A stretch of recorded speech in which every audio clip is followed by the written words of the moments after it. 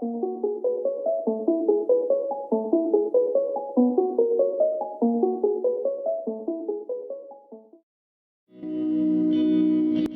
people reviews this.